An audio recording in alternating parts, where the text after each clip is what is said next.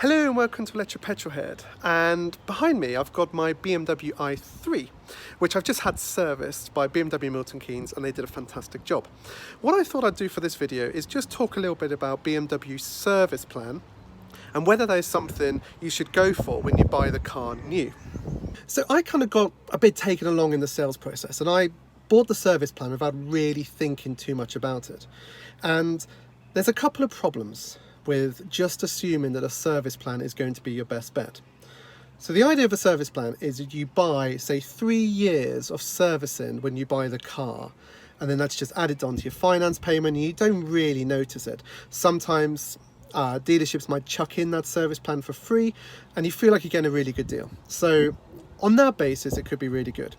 The thing to remember though with service plans is they only ever cover the basic service. So if you go in and your tyres are bald and your brakes are short and your suspension's leaking and you're out of warranty, then you're paying for all those things.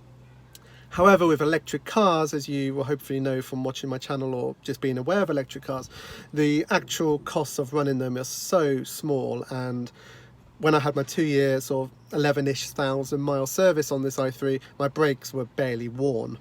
So in terms of additional costs, there's very little there, and obviously the car is in warranty. However, there's a big issue with the service plan, and it's twofold. So number one is BMW will only service your car when it comes up on the dashboard that your car is ready to service. So if you don't do many miles, like I haven't through the last year's pandemic, then the chances of me actually getting a second service within my, I think I've got a 3-year service plan, is actually pretty remote, because the next service by age is going to be at 4 years, which is going to be out of the service plan area, and by mileage I'm just not realistically going to be doing the miles in this car to mean that the second service is going to come up on the dash.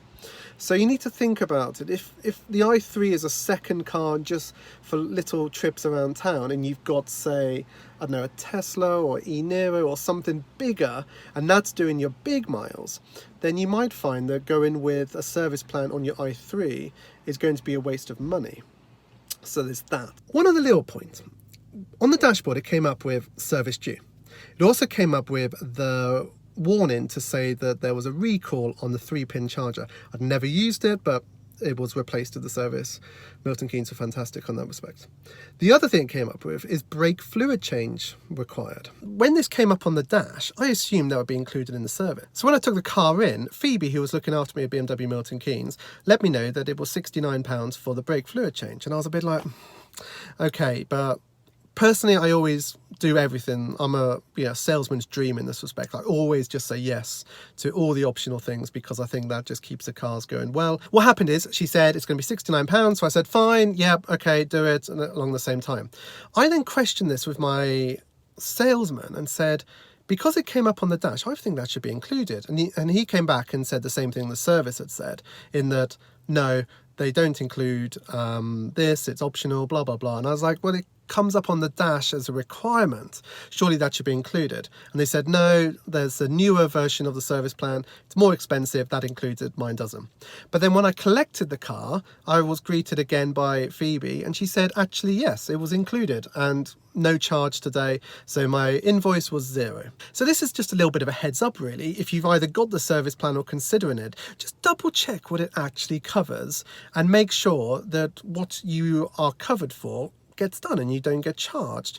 I'm not quite sure where in the checks, because she definitely said it was chargeable at the start and then it became free when I picked the car up. So it's worth just double checking and going back through your terms and conditions, make sure everything's covered. As it happens for me, £0 to pay. BMW Milton Keynes were brilliant. They gave me a Mini for the day, which I've done another video on. So I'm a very happy customer and I would recommend BMW Milton Keynes 100%.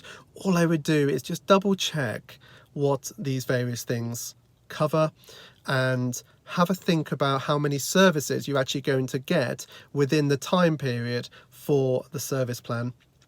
Then you'll have a good idea of roughly what each service is going to cost.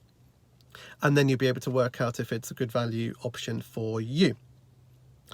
So yeah, hopefully you found this video useful. Any questions, just chuck them in the comments. My email address is in the description. and I'll help you to the best of my knowledge, or grab me on Twitter and stuff like that. So thank you very much for watching. If you've enjoyed this and you feel it's been useful, I would love it if you hit the like button and also the subscribe button, and you'll get all my other videos. And I've got a playlist of all my i3 videos, so I will put a link to that in the description as well. Click on that, scroll through, and there's all sorts of the 5 things I love, 5 things I hate, all the different things. And also I'm a massive fan of Octopus Energy, because I can charge this car for 5p a unit.